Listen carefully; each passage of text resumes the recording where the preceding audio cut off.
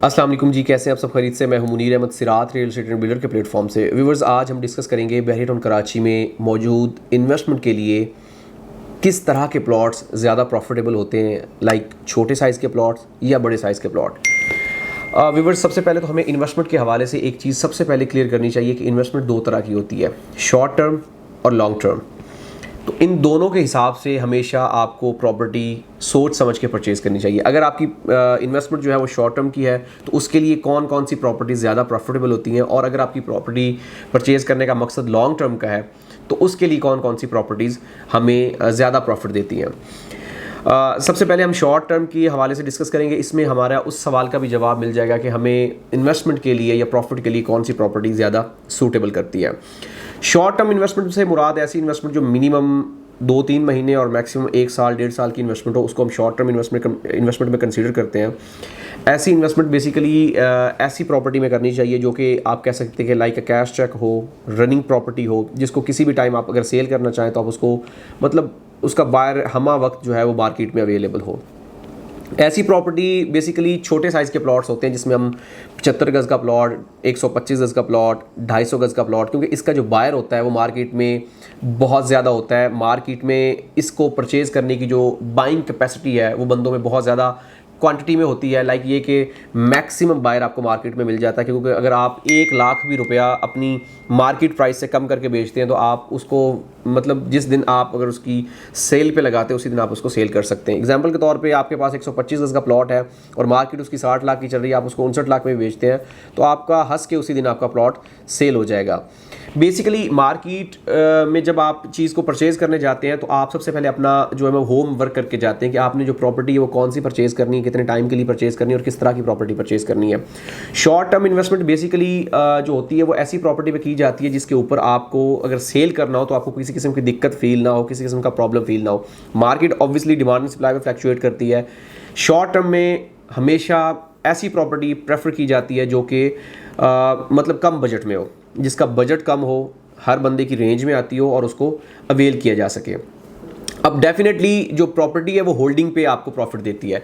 जितना टाइम आप उसको होल्ड करेंगे उतना आपको प्रॉफिट देगी। एग्जांपल के तौर पे एक प्रॉपर्टी आप 2 साल होल्ड करते हैं और एक प्रॉपर्टी आप 4 साल होल्ड करते हैं तो आपको जो ऑब्वियसली लॉजिकल बात है, जो एक ही प्रॉपर्टी अगर आप 2 साल वाली देखेंगे तो उसमें आपको कम प्रॉफिट होगा और 4 साल वाली पे आपको ज़्यादा प्रॉफिट होगा।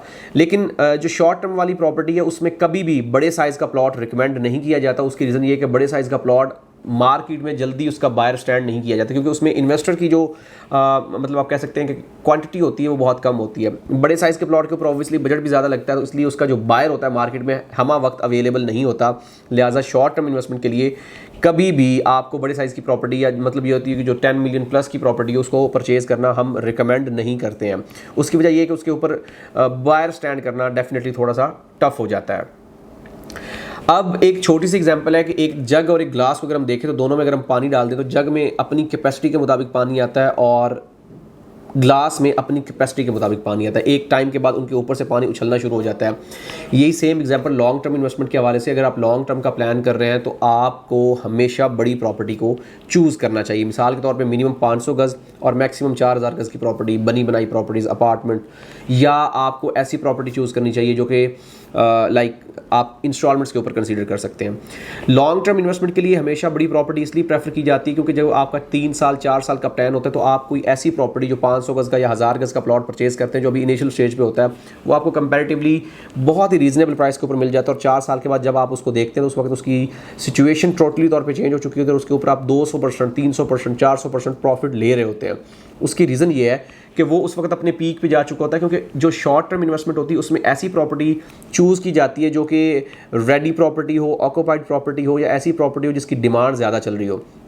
और लॉन्ग टर्म में ऐसी प्रॉपर्टी चूज़ की जाती है जिसकी मार्केट में डिमांड ना हो, जिसका इतना बायर ना लग रहा हो, जो अभी तक इनिशियल स्टेज पे हो, अभी मतलब आप कह सकते हैं कि अपने इनिशियल चीज़ों में चल रही हो, उसकी डेवलपमेंट हो रही हो, उसके ऊपर सीवरेज का काम हो रहा हो, कंस्ट्रक्शन का काम हो रहा हो, मतलब वट जो भी चीज़ें चल रही हो तो उसको लॉन्ग टर्म के लिए देखा जाता है। सेकंड ऑप्शन ये होती है आपकी प्रॉपर्टी जो आप इंस्टॉलमेंट्स के ऊपर कंसिडर करते हैं, क्योंकि इंस्टॉलमेंट वाली प्रॉपर्टी 3 साल 4 साल मिनिमम लेती है उसको रेडी होने में। ऑब्वियसली आपने 10 लाख की चीज़ प्रॉपर्टी परचेज की है, उसको आपने 3 साल में पे करना।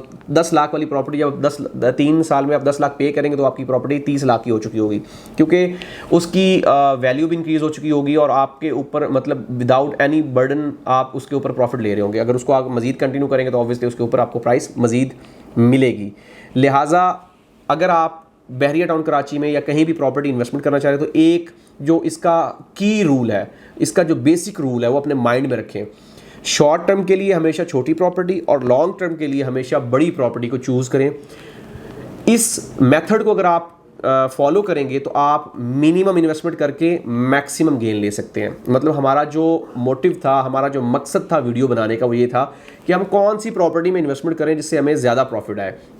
तो उसके लिए सबसे पहले आपको ये चूज़ करना होगा कि आप कितने टाइम के लिए प्रॉपर्टी परचेज़ करना चाहते हैं। मिसाल के तौर पे आप बगैर कैलकुलेटेड हुए कोई भी डिसीजन लेते हैं, मिसाल के तौर पे आपके पास 50 लाख है, 40 लाख की प्रॉपर्टी परचेज़ कर देते हैं, खुदा न खास्ता आपको ज़रूरत पड़ जाती है, कोई मामला ऊपर नीचे हो जाता है तो आपको वो प्रॉपर्टी सेल करनी पड़ जाती है, मजबूरी बन जाती है, क्योंकि बंदे के पास कोई और ज़रिया नहीं होता, जिसकी वजह से वो आप औने पौने रेट्स बेच देते हैं, उससे आपको लॉस होता है। दूसरी बात, अगर आपके पास होल्डिंग कैपेसिटी है और आप लॉन्ग टर्म इन्वेस्टमेंट करना चाहते हैं और आप 500 गज़ का प्लॉट आपको 40 लाख में मिल रहा है जो अभी रेडी नहीं है, और आप एक रेडी प्लॉट 125 गज़ का 40 लाख में ले लेते हैं, तो वो आपको जो रेडी प्लॉट है वो इतना प्रॉफिट नहीं देगा जितना आपको वो वाला जो अभी तक रेडी प्लॉट नहीं है 500 गज़ वाला वो देगा, जिसकी एग्जांपल मैंने आपको जग और ग्लास वाली ऑलरेडी बता दी है, वो उसके ऊपर अप्लाई हो जाती है। लिहाजा कैलकुलेटेड जब आप इन्वेस्टमेंट करते हैं तो आप उसके ऊपर हमेशा प्रॉफिट करते हैं। ये हमारी वीडियो बनाने का मकसद उन भाइयों के लिए जो ओवरसीज़ पाकिस्तान जिनके पास टाइम नहीं है, तो इस हमारी शॉर्ट वीडियो से वो एक जो इसका आप कह सकते हैं कि मिडल पॉइंट या आप कह सकते हैं कि इसका सेंट्रल आइडिया वो निकाल सकते हैं, खर्च कर सकते हैं और अपने बजट को कैलकुलेट करके वो उस तरह की इन्वेस्टमेंट कर सकते हैं। एक बात याद रखें कि जो लॉन्ग टर्म इन्वेस्टमेंट होती है उसको मिनिमम हम 3 साल कंसीडर करते हैं और मैक्सिमम आप उसको 10 साल 20 साल 25 साल, like it's totally up to you, वो कंसीडर की जाती है।